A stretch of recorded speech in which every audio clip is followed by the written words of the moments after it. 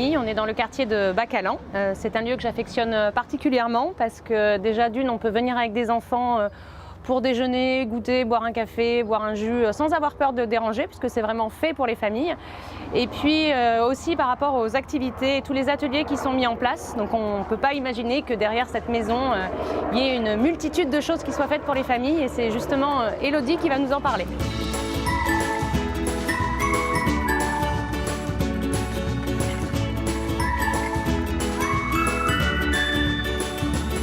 Élodie, est-ce que vous pouvez nous dire qu'est-ce qui se passe dans cette jolie maison qui est le Café des Familles?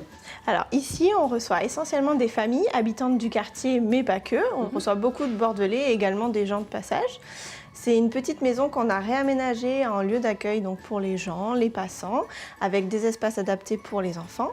On reçoit beaucoup de familles avec des enfants entre 0 et 6 ans globalement, mais il faut savoir que c'est un lieu vraiment ouvert à tout le monde, aussi bien aux adultes isolés, aux personnes âgées, aux gens qui travaillent aussi sur le quartier, tout simplement pour venir boire un café. Voilà, on est vraiment ouvert à tout le monde, avec la spécificité d'avoir des actions, des activités et surtout des espaces adaptés aux enfants. Là, on est sur une petite salle de jeu qui est thématique. En ce moment, on est plutôt sur des jouets en bois, mais ça peut évoluer en fonction des envies et des enfants et de l'âge, tranche d'âge des enfants qui fréquentent le café. Donc là, c'est quelle tranche d'âge à peu près? Là, on est plutôt sur des 3, 6, 7 ans. La pièce principale, où on peut se poser, boire un café, discuter avec d'autres parents de sujets autour de la parentalité, mais pas que. C'est aussi la pièce qu'on utilise pour, par exemple, faire un jeu de société ou aussi faire des activités, plutôt des activités manuelles, on les fait également dans cette pièce. L'espace café-cuisine où on fait les goûters, les tables d'hôtes, ça nous arrive aussi de faire des petites prestations. Et là, la dernière pièce, voilà, qui est la plus sympa pour les tout petits, avec des petits tapis en mousse, des petits doudous, des jeux adaptés. C'est une salle qu'on utilise beaucoup pour les 0-3 ans.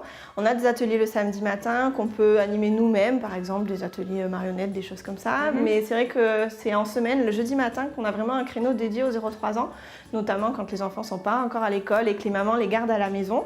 Ça leur permet voilà, d'avoir une sortie sur la semaine. De sortir, en effet. Exactement. Et là, pour ces accueils-là, on accueille des intervenants extérieurs qui sont professionnels. On a des ateliers contes, langue des signes, massage bébé, on a plein d'ateliers.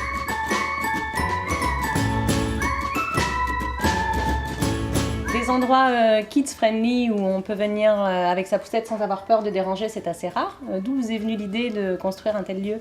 Alors en fait, le lieu, il a vraiment été créé au départ par des habitants du quartier. En fait, c'était des familles qui étaient amies et qui se posaient la question où est-ce qu'on peut aller à Bordeaux quand on a des enfants.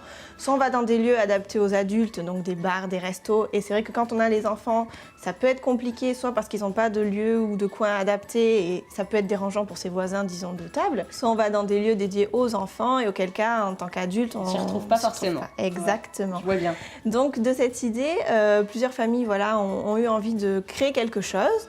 L'association est très vite née, mais simplement on n'avait pas encore de local. Donc on a fait une action qui s'appelle le Café Mobile. C'est une action qui plaît beaucoup et qui nous permet d'aller à la rencontre en fait, des gens, des habitants, des passants. C'est beaucoup plus facile comme ça d'être sur l'espace public plutôt que de devoir pousser la porte d'un lieu. Ça nous permet aussi de faire connaître le projet, de continuer à le faire connaître et d'avoir de nouveaux adhérents voilà, et de fédérer de nouvelles personnes autour du projet. La spécificité du lieu, c'est qu'on vient ici assez librement en fait.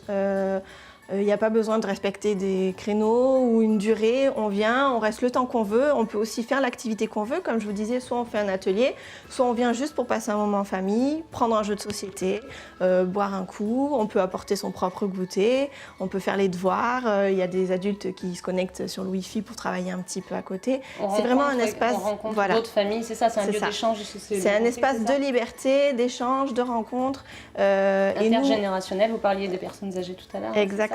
Et nous, on essaye d'être là aussi en soutien aux projets que peuvent porter les gens qui fréquentent l'association.